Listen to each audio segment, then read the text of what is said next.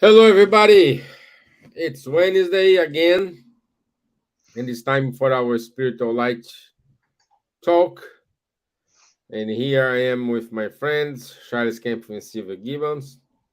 And today's topic it is the law of freedom. So, in order to keep going here, I just want to say good evening to Miss Gibbons. How are you, my dear? I am very well. Good evening, everyone. Nice to be again here with you all, and hope everyone participates because this is a very interesting topic. As always, every week we have a really interesting topic, and it's nice sometimes to explore things and things that we know already, but to see different perspectives of it. And as times change and everything is important. So be good. And I hope we were both well, had a good week. And I hope everyone that's been listening to us is well. So, boa tarde a todos. Hoje nós vamos falar sobre a lei da liberdade e sejam bem-vindos a todos. Esse tópico importante da gente falar e discutir, ver as perspectivas diferentes. E participem, façam perguntas se quiserem. E espero que vocês tenham tido uma boa semana e que vamos ter um bom show hoje. Boa tarde e que Deus nos abençoe. Thank you. Amém. Bonsoir, Charles. Bonsoir Steven, bonsoir à tous. Très heureux d'être là parmi vous de nouveau pour parler un peu de cette loi de liberté, du liberté, égalité, fraternité bien connue, la devise française. Donc on va essayer de comprendre un peu mieux cette liberté du point de vue de la philosophie spirit. Hello, good morning, good afternoon, good evening everyone. Very happy to be here again with you today. Talking about this law of freedom from this famous liberty, equality, fraternity, which is a French motto. So we will try to understand a little bit better this law of liberty according to the Spiritist body of knowledge. Great, great. So, as Silvia said, my friends, if you do have any questions, please write to me here and ask to ourselves. We're more than happy. We'll try our best in order to answer your question. Okay, let me share my screen and show us the video of today. Okay. Our life, our material life, is never good enough. We are always thinking about get more money, a better position in our jobs, or get a new car, or seeing the other homes that looks better than the ones that we actually have at this moment. But in our lives, we are plenty of blessings. So be dressed right now is a blessing. If we had lunch today, we had a blessing in our lives when we see that many people, including here in the United States, they have a lot of limitations to get a plate of food or to be warm on the winter. So we always have something in our closet that will be a blessing to others. If we don't have anything financially, we have time. We have our arms that we can hug. We can listen others. And most of the times, and this is what Spiritism is teaching us, that we can offer our attention and our feelings to others.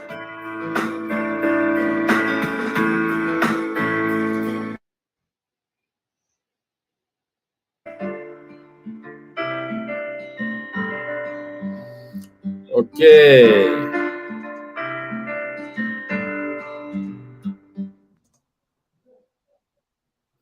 Okay. So, law of freedom. This interview left me This speechless. is kind of an important topic because we I bet you already have listen someone say, "Hey, I'm free to speak up whatever I want, do whatever I want, whenever I want." And if you want to say whatever you want, you should be prepared to receive whatever you need.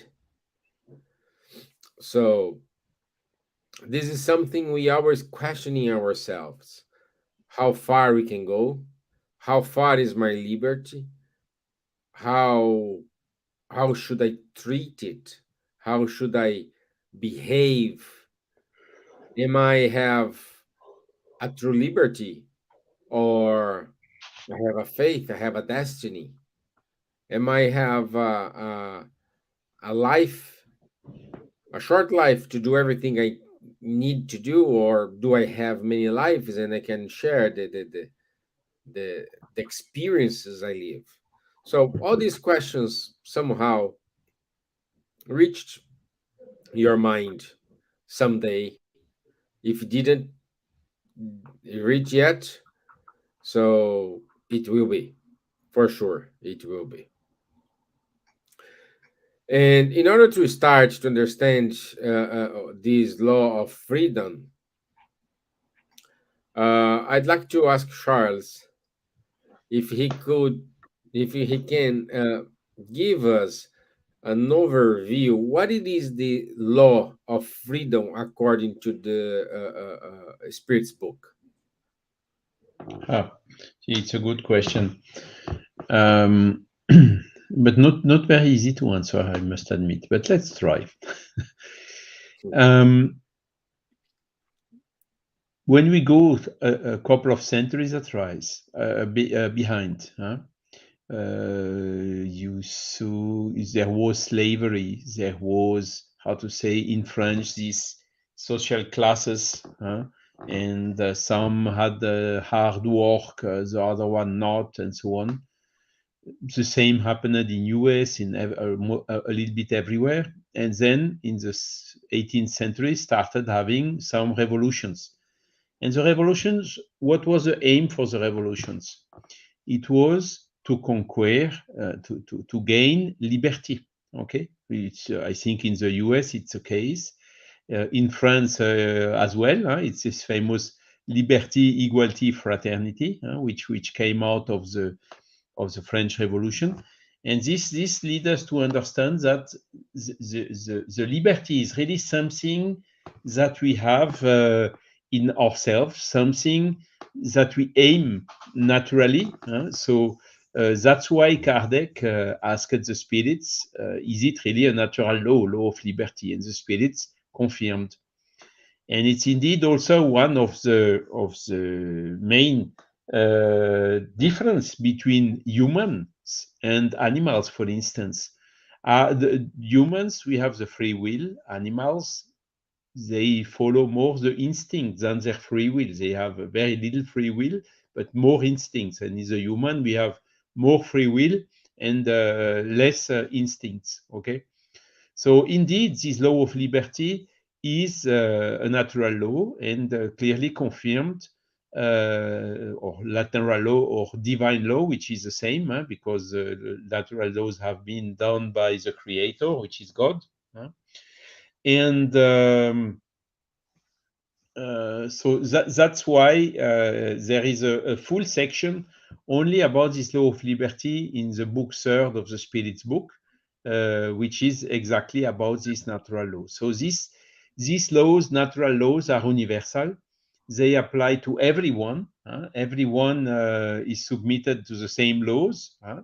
Everyone is being born one day. Everyone will die one day. There are a lot of things that whether you are poor or rich, the thing will happen to anyone. So we are all equal somehow in front of these natural laws. Now, the law of liberty, the Spiritist law of freedom, Spiritist teachings are bringing some food for thoughts on it. We all aim this freedom, okay? What we see also, most of the wars, even today, are wars, fights from authority against freedom. Okay.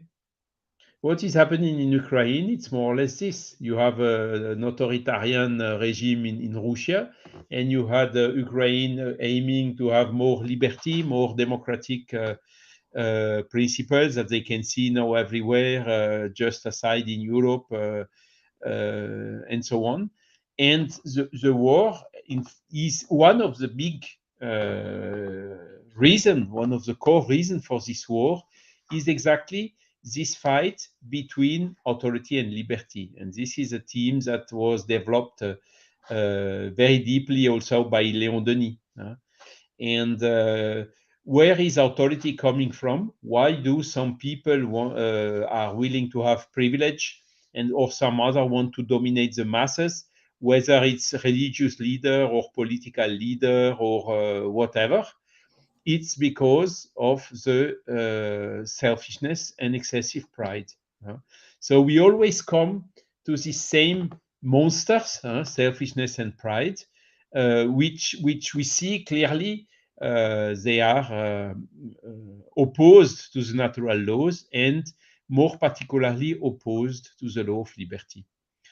Now the question is, are we completely free, we human? Clearly, no, we are not completely free. Why? Because we live together.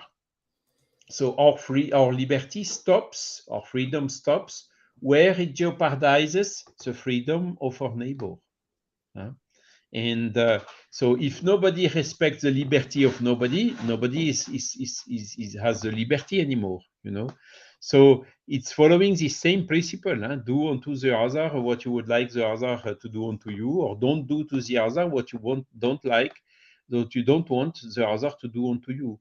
So the liberty of anyone is stopping where it jeopardizes the liberty of our neighbor. So as soon as we are several people together, as it is the case for humanity, our liberty is not absolute. In the relationship between humans, we have to respect these limits because we aim also to have these limits respected towards ourselves.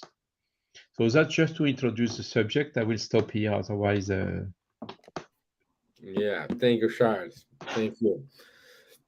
And I would say good evening, Marco Davis. Good evening, Olena Bablis. Good evening. So, yes, law of liberty. It is. Sometimes I question myself if we do have enough knowledge to understand it. But let's see what's. And my dear Silvia, since we have, sorry, the law of freedom, uh, why we don't enjoy the absolute freedom? Since we have the law of freedom,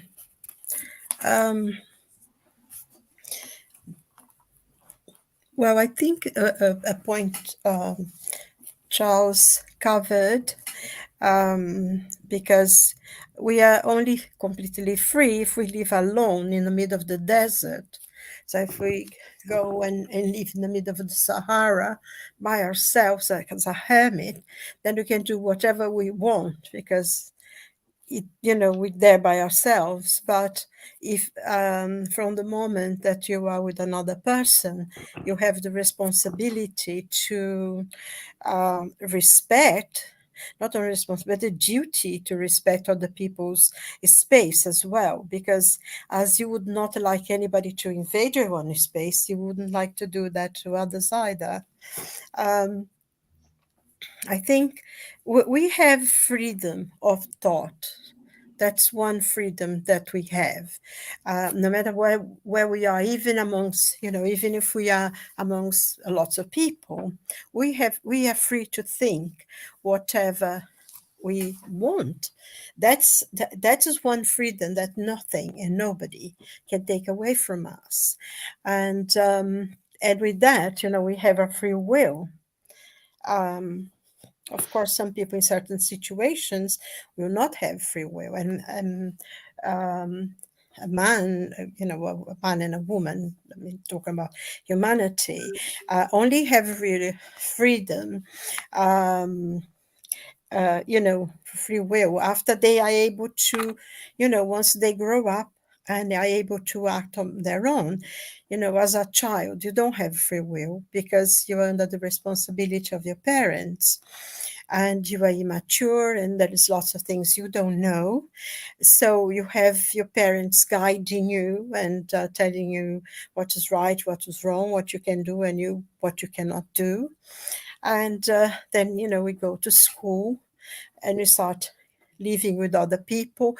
So a circle expands, because once we go to school, we meet other children and teachers and other lot of us beyond a family and a personal friends.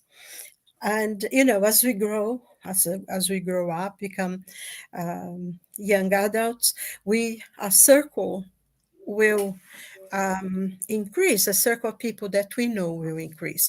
And also with that, a lot of responsibilities, because we treat everyone well, with respect, but that is the level of how much a person knows. Some people for a long time, and you'll be very close to them. You'll be able to be more intimate with them, telling them things about your life.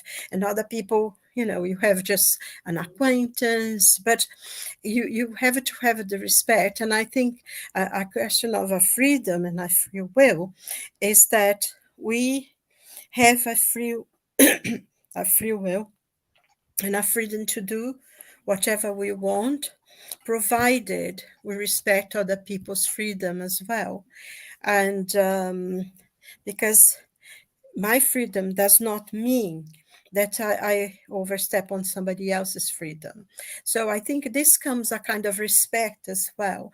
And I think it's even deeper, because in a way it's almost like it's the process of growth, of enlightenment that our spirits go through, because we live in different situations. We have to know how to deal with with different peoples that we will be meeting, but that will be always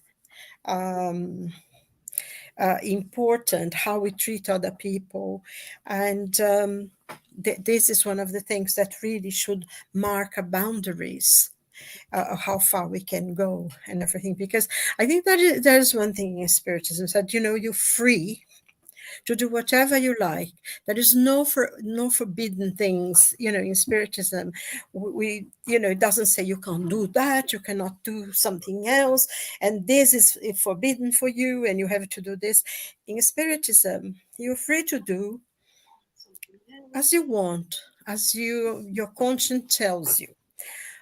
But it also tells you can do whatever you like, provided you can cope with the consequences of what you do. And I think this it's not something forbidden. But if one thinks, okay, I can go and say whatever I want, I can do whatever I want, but then if I do something wrong, I have to live with the consequences of that. Cannot accuse anyone, and depending what you do, you can go. And I think this is an extremely adult way of thinking, especially if you're educating children and teenagers, especially teenagers, because you say, oh, because I think we all been through that phase, when you were teenagers. And like Oscar Wilde used to say, oh, I'm not young enough to know everything, because young people, they think they know everything. And they think, oh, I can do this, I can do that. But you can do everything, but are you prepared to suffer the consequences of what you're doing? Are you prepared to maybe serving someone, saying something cruel to someone, to lose the person's friendship, or to be, to affect you in a different way? And I think in this way, if you show both ways, I think people, they are their own, how could you say it? They themselves will create their own barriers, because they say, no, I don't like to other people to do this to me, so I will not do it to anybody else. And that's a way that, we can sort of guide our young people towards that, and even ourselves, because there are many things, even as we grow older, that we don't like anything. Oh, especially if you get one of those old people like I am getting. So, oh, no, this is wrong, that's wrong. But we need to learn to let people learn by their own lessons, because no one will learn, by you telling them. Maybe by your example, yes, they would learn. But sometimes you have to go through your own experiences. And so free will, and the way Spiritism puts it, you are only able to when you are free to act. Until you are under other people's responsibility, you have to listen to them to a certain extent. And this is very important. It's not something that's negative. When we're young, we don't know any better. So it's just having to someone grown up to tell you what's right and what's wrong, what you can do. And even if sometimes we don't like it, but once we look back, it's nice to know that someone took care of you. So I think our intelligence and our level of life experiences, as we go through many different experiences as we grow older, in many ways we put the boundaries of how much we can go and until when, and also how much we allow other people to get into our space. And I think, because in a way, freedom of conscience is what you do, and is what your morals, or what your standing is, what I can and I cannot do. I think very much, after we are guided by our parents, our grandparents, our teachers, and everything, we start doing it ourselves. And this is very, very important for us. So we are free. We are free, even though we have to respect other people, and we have certain duties and have to respect, and the duty of respecting other people, but still what we think is ours, isn't it? No one can tell you no how, even if you is enslaved in chains, tied up to chains, they cannot move. No one can actually stop you thinking, and that's the true freedom. So also it bears on us what kind of thoughts we have. I feel that, that we need to also have good thoughts, but that's our own. And of course, this has nothing to do with our bodies, but it's our spirit. It's the experience of our spirit has gone in the past. The kind of person we are is our spirit. It's not our bodies in the here and now. So it's all part of the experiences that we are going through. So there you are.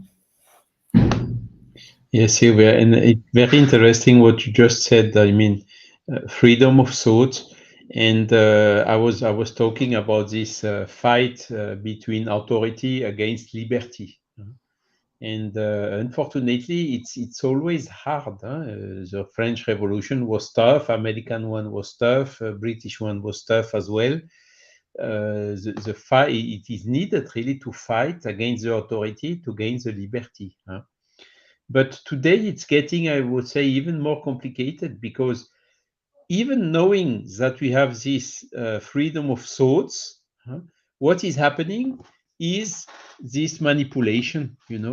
When you are born in North Korea, since you are a little baby, you are getting formatted in your thoughts according to that standard.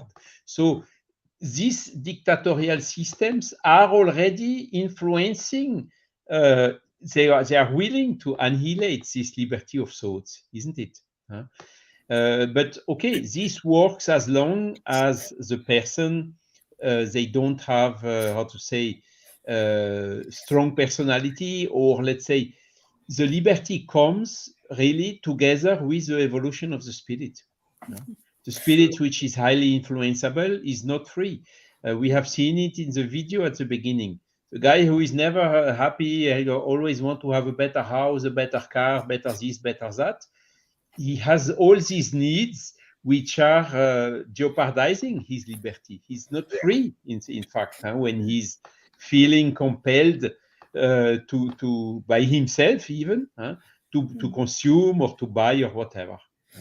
And the true liberty comes along with our evolution. Exactly. But exactly, this is very important point, Charles, because even in the most oppressed and brainwashing regimes in the world, there is always dissidents. Yeah, exactly. There is always one who says, no, I don't accept it. Because I think one of the main things of those strong regimes that wanted to control you, and I mean, you know, we had that. I lived through it. I know what it's like. But there is always one who stand up and say, no, we don't accept that. Because they dominate and control people by fear. And, you know, some of us are more delicate than others, are more fearful than others, and we'll toe the line. But it's one thing that you said, you know, about the French Revolution, that, you know, they were terribly oppressed. They were hungry and they were really mistreated. They were, you know, people talk about slavery, and they think always is the slavery of the people from Africa who went to America. But the people in France were slaves, you know, the peasants in France were slaves, like the serfs in Russia. Until the 1860s, they were slaves. And that's one of the things that sometimes people don't understand.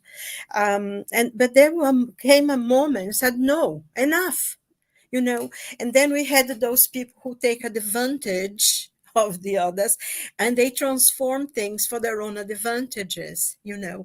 But in every situation, in every regime, you know, they are oppressed, they control people by fear, hunger, lack of education, because this always goes together, doesn't it? In those places, little education, so people don't know any better, they don't learn how to think, and fear, you know, of unemployment or losing your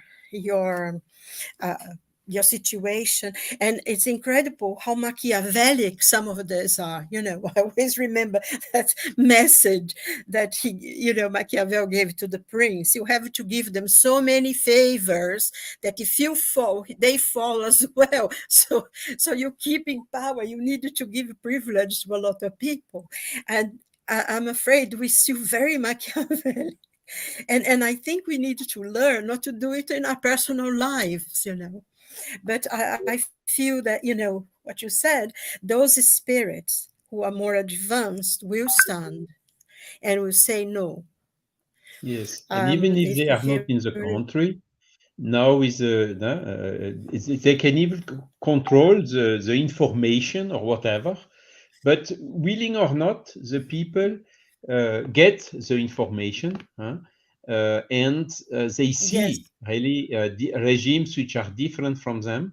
And even if they have been formatted when young, by seeing what happens around them, it awakes, how to say this, needed education and discernment around them. So clearly, the trend, together with progress, that we will talk about next week, by the way, will be to go more and more in the direction of this freedom. So it's a trend that there are a lot of obstacles. They are putting a hell of intelligence in order to maintain the authoritarian systems. but sooner or later they will collapse. It's unavoidable. And well, I like that. So, in summary, we can say that our freedom is limited by our knowledge. Well, it is and it isn't, because I think one of the ways of controlling, when I said of government, is controlling education, is making people. I mean, I'm an older woman, and I remember our school was really tough. I remember the quantity of homework I used to bring, and really the heavy grammars, and we had to read 1, 2 books a week, and he studied this and talk about it and write things. And now there is all this little filling up, so you can just throw it, because a person who, through study, through learning, you learn how to think, you learn how to take abstract ideas. But I think what Charles said, which I agree completely, there are some more advanced spirits that will be born in those places, because if you look through history, there hasn't ever been oppressed regimes that didn't have people who fought against them. Even the Nazis, they were very powerful. They knew how to destroy every kind of opposition to them. But even then, there were people who stood up, who fought against them. Because I think it's in the very nature, the very essence of who we are, that even though they cut our education, they don't give us enough food, there is something in the human spirit that will push us forward, and to, even though it deteriorates. Because I remember one of the things, when I studied about the French Revolution, I was fascinated by it. I was just freedom, liberty, and then, when I read about the women knitting while people are going to the guillotine, it was so shocking to me. I remember once going home from school thinking, how could it happen? When did it change so much? But it's like that. But people did fight. They overcame, and no matter how Russia, when you think about Stalin, how he used to absolutely wipe out any completely control. But there was always people against him. There wasn't enough Siberia and gulags to keep the people who say, no, I don't want that. And I think that's a spirit, the experience of the spirits who have gone through it, and the courage that many lives experience will help you, because we always will have someone who stand up and say no. And it takes one, doesn't it, for others to follow. Oh, yes. Just Sorry, I want to say, started let's go, let's do it, let's fight, yeah. No, we don't want this, want something else, Also, can we affirm that is freedom of conscience, it is a consequence of freedom of thought? Yes, I mean, if it depends how you define conscience. The conscience can be defined as being an inner thought in the human being. So if we have the freedom of thought, we have the freedom of conscience. Okay. But on another hand, the conscience is also, how to say, a kind of, there is a question I like in the Spirit's book, which Kardec asked, where is written the law of God? And the answer is in the conscience. So we have good conscience, we have bad when we do something good, we have bad conscience when we do something bad. So the conscience is a kind of warning us when we do good or when we do something wrong.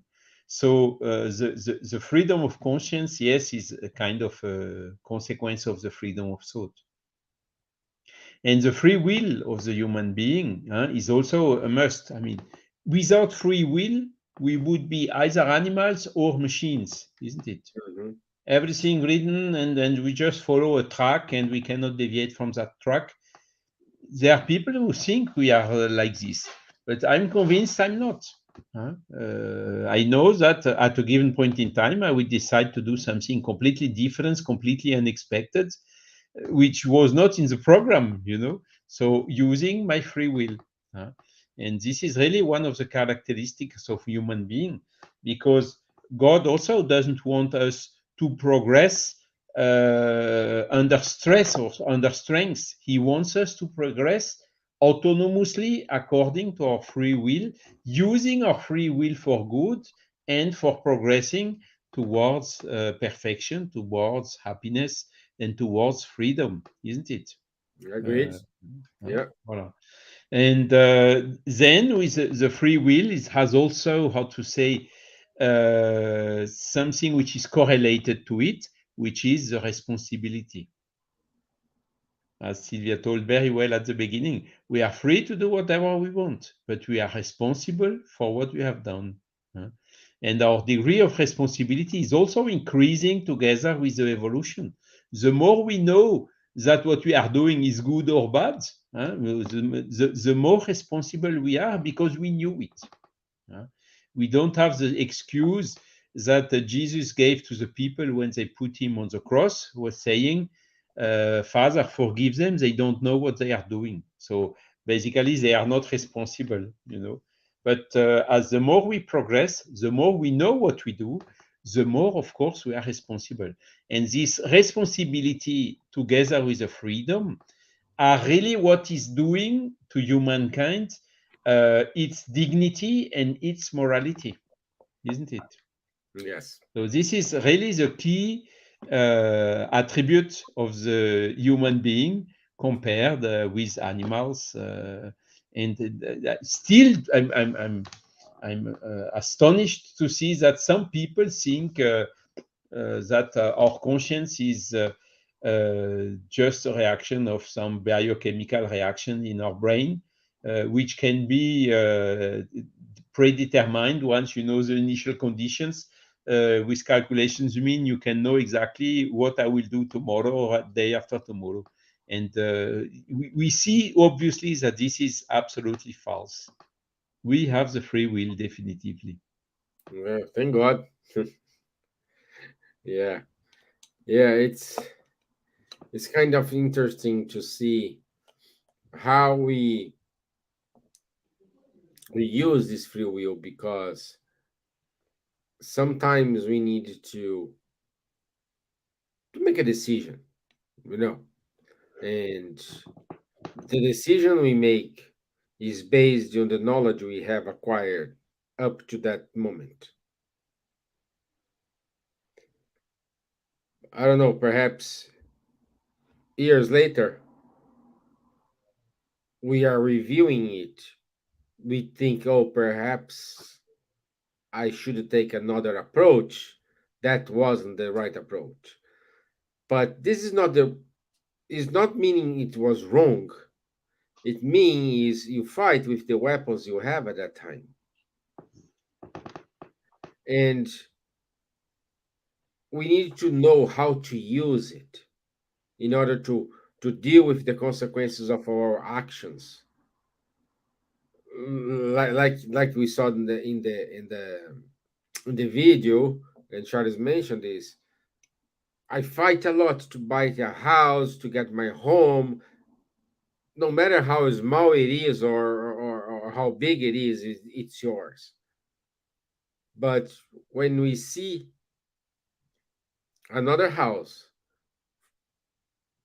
beautiful, we say, "Oh, well, no, you need to enjoy the moment you get something.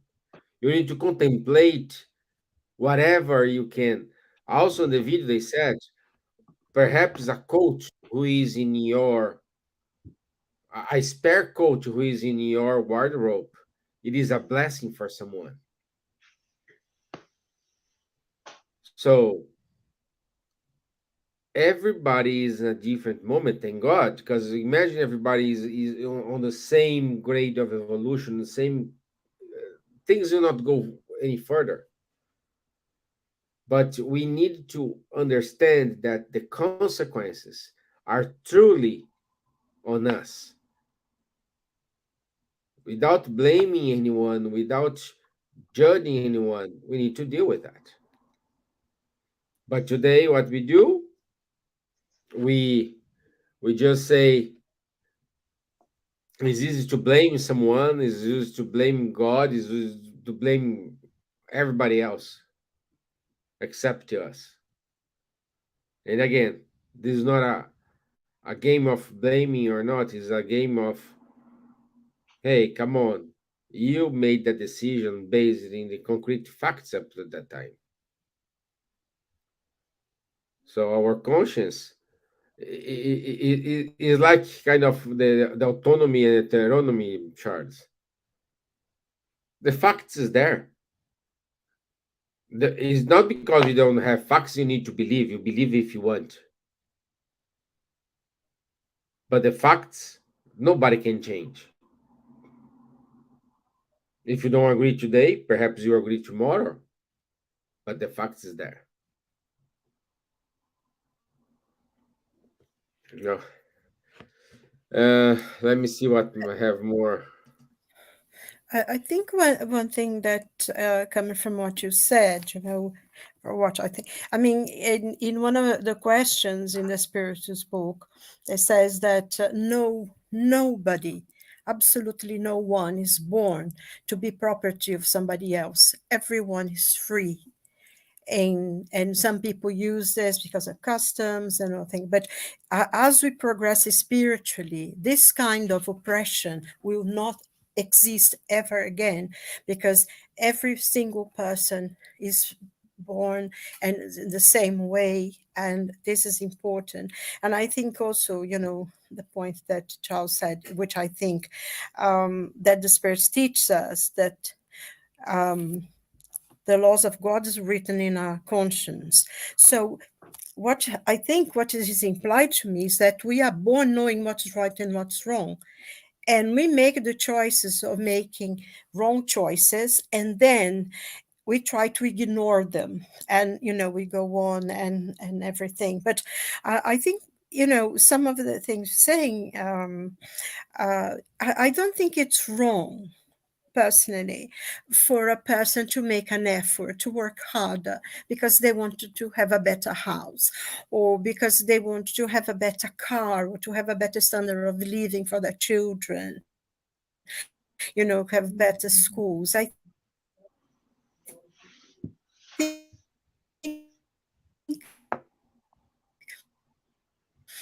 it's good, it's important for the person to hello. Yeah, we Sorry. can hear you. If we Yes, keep go thinking that on. somebody else has better things, hello, are you? Is everybody there? Yeah, we Yeah, can go hear you. on, go on. Yeah.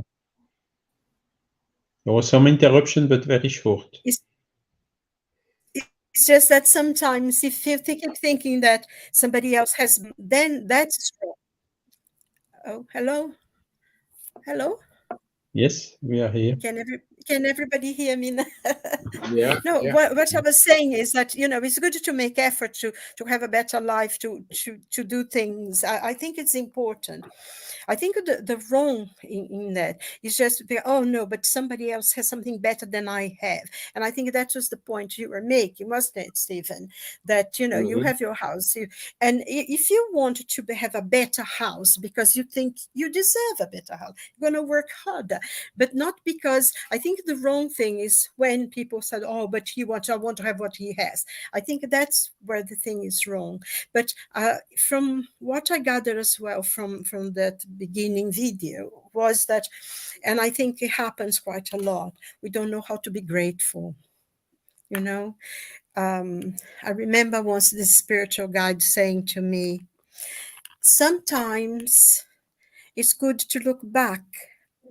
You always look forward to what has, something better. But every now and then, look back, go over your shoulder and look what's coming behind you, because you learn to be grateful what you have.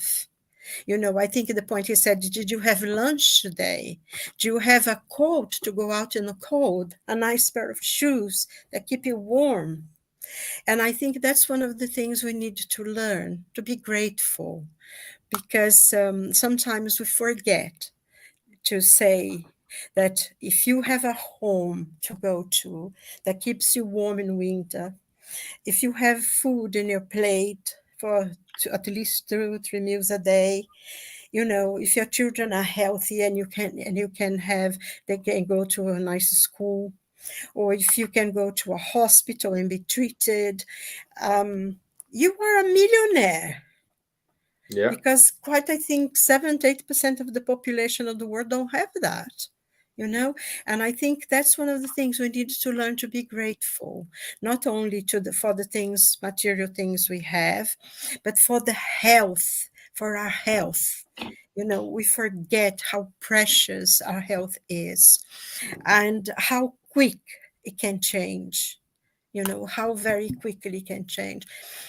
um, last week I went to the funeral to a very good friend of mine, darling, wonderful people that I knew, and they got sick, and they got, like, in 3 months they both died, and they were buried one day after the other. And until then they were happy. We were talking, oh, there was a party and she was preparing to go to the party, her son's wedding, and decorations and dresses and this. And this year we were burying her, and she got sick so quickly, and almost nothing could be done. And, we have to be grateful that we are healthy, that we have friends, that we have family. If we have one friend, if we have one member, if we have one person that we love them. It doesn't matter if they love us back. It doesn't matter. If we have one person that we love, we are already so rich, spiritually rich. We have the baggage that we can actually take with us when we leave this body, And I think that's one of the things sometimes we forget to be grateful for so many blessings that we receive. We complain too much, I think. I Yeah. don't know. Yeah, we complain and we are kind of selfish. We need, like, according to the spirit's book, what it is, the the worst, not the worst, I forgot the word. What is the obstacles for our progress? Pride and selfishness. That's it. Yes, and Leon Denis talking about freedom. He says, in order to be free, you must be willing to be free and make efforts to get free, huh?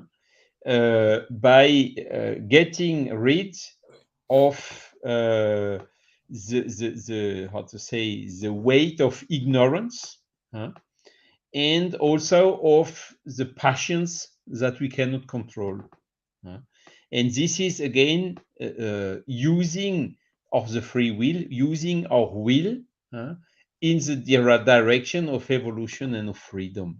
So it's not something which comes like this. Granted, the guy who stays without doing any effort and so on, it will take some time until he develops this freedom. He goes on the path of evolution.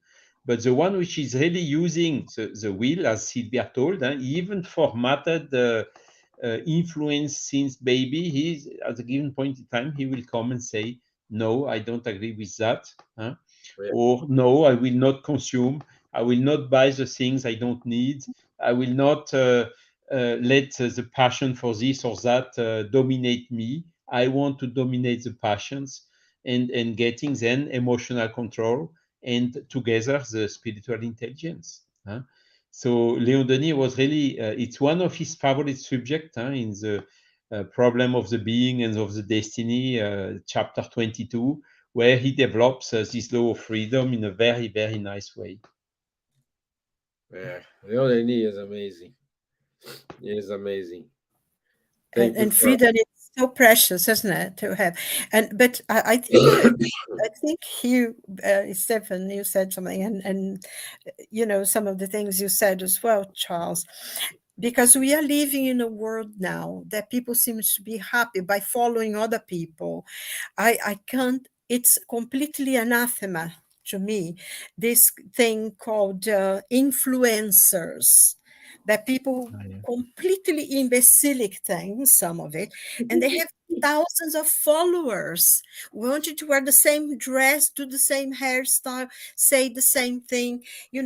A minority, a very less wanted to impose their ideas on us, and you are not able to say anything.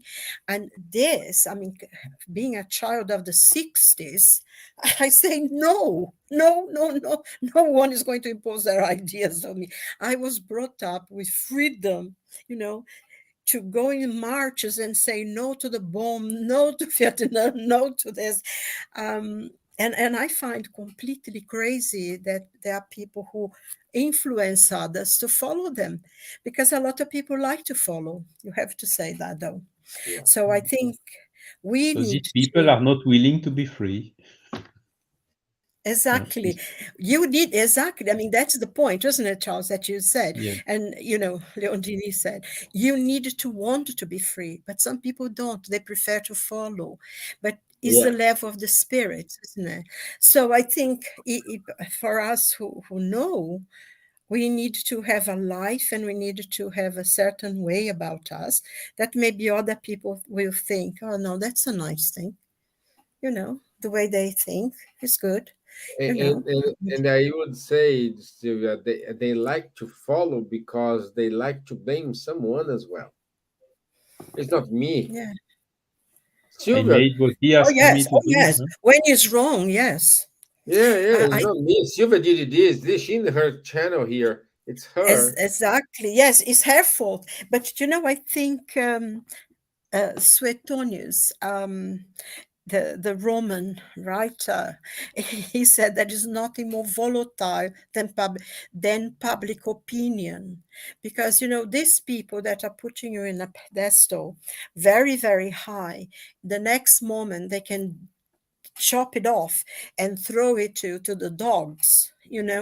And so I think that's one of the things that some people, going into this and being influenced or whatever, they suffer, because sooner or later they will follow somebody else, and they will abandon them. And if this person is so used to it, it's a moment of suffering and pain, because I think we are living through the very last stage of a world of atonement. I think we're really going now to we're beginning the world of regeneration. But all this has to be cleansed before we can move on. And it's all part of this process. So I think we are living in very difficult times, but also the best of times, isn't it? Yeah. Because we are living the time of the end of the period of atonement and the beginning of regeneration. Because I think, we see so many wrong things. There are wars, there are famine, so many wrong things. But there are more good things than bad things, because most people are good. Maybe not, saints, but they are good. Because if the majority were evil, we wouldn't be able to survive. So I think the great majority of people are good, are changing, are better. And that's why we can cope, you know. And I think sometimes we need to stand up and say, no, we don't accept that. That's against my philosophies, against my way of life. And you can live the way you want, but do not impose this on me. I think there are times for everything under the sun, I think.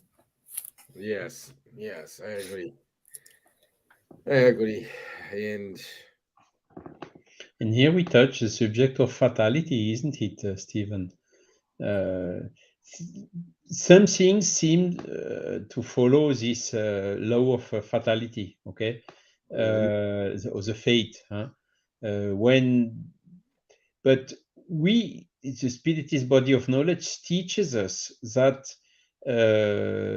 unavoidable things are, for instance, the law of nature. Giving simple example, you pull through the window, what happens? You fall down. Once you pulled, according to your free will, you are not free anymore to fall down or not. You will fall down because it's law of nature for you to fall down, isn't it?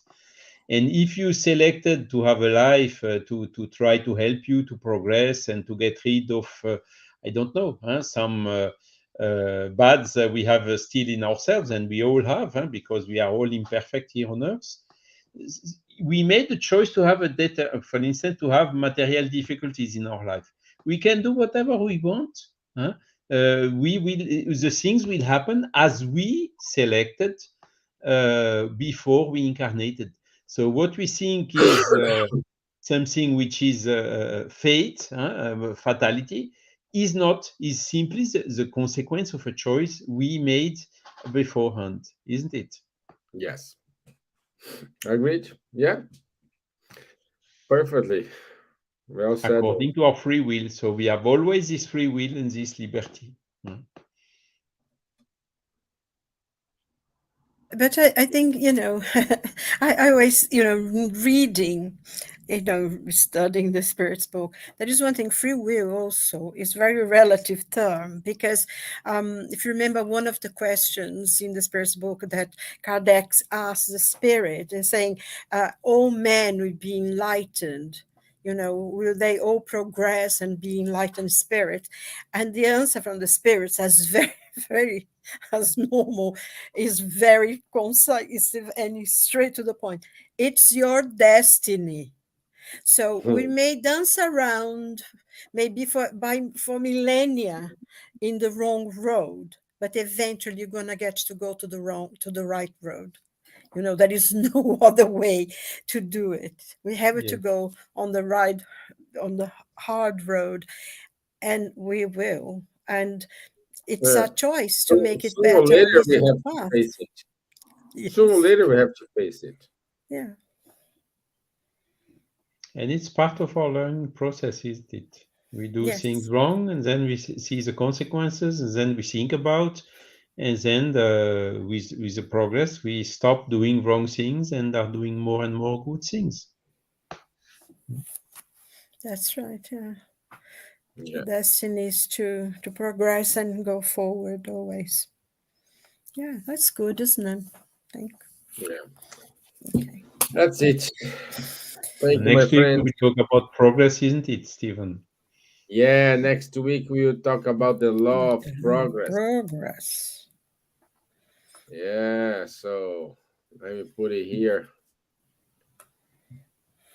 So this is a law we are not free to accept or not, because we will progress. Even if we don't want, we will progress. Oh, yes. Always forward. Yes. Always forward. Yeah. And today, I think today is solstice day, isn't it? Today or tomorrow. We are in the longest day of the year. So Oh, the yes? sun is going straight into Stonehenge. And I good. love this time. Yeah. It's brilliant. And from now on, the days are going to become shorter and shorter until we get to December. And then, but you still have many nights of enjoyment of the twilight, isn't it? Yeah, I it's a still have beautiful sun. time. I'm I still have grateful for this beautiful time of the year with the sun and, the magic of solstice and all that. I'm grateful for that. So, yeah. brilliant. So I would like to say thank you to Marcos, Davis, Ruben de los Santos, Silveira Souza, Olena Babyliss, Lynn Kelly. So thank you very much for your comments and insights. Let me finish here. So the Medios book study every Wednesday, every Saturday at 10:30 a.m. And Monday we do at 8 p.m. London time. We do have Ebony Paris with the study of the book Astral City. nosso lar. And every other Tuesday, we do have conversations on mediumship with Rafael Caldas and Faye Waddington. This is it from us today, my friends. Thank you very much for your time. Thank you for your patience. My friends, it was a pleasure again to share this moment with you both. And I wish you a wonderful rest of the week. And I'll see you next Wednesday. Yes. See God you. willing. Thank you so much. Thank you. Okay. Bye-bye. Bye. Have a lovely week, and I'll see you next week, God willing. Bye-bye, everyone. God bless.